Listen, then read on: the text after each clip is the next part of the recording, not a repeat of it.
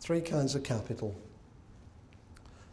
How do we attract higher and higher quality people into the profession? How do we get them to work together in all the different ways that there are, not just by looking at data?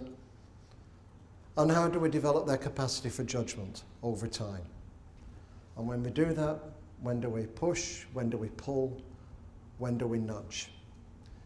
It is extraordinarily simple until you look at the opposite of what has been coming at us here in America, in Sweden, over the last few years. I've written 30 books over the last 20 years or so, or edited 30 books.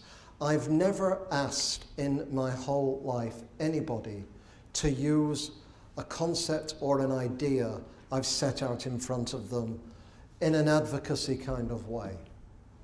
This is the first exception.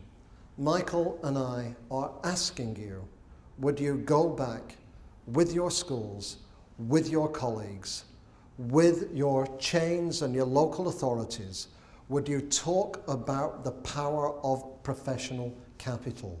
That the future of our country and our schools depends on the quality of its teachers and the time and discretion that they have to work together, and the retention that is necessary in order to develop their powers of judgment. We've never asked this before, but would you and everyone else just go out and talk about that, because in short, memorable terms, it's an opposite view to everything else about teacher quality that is being set before us.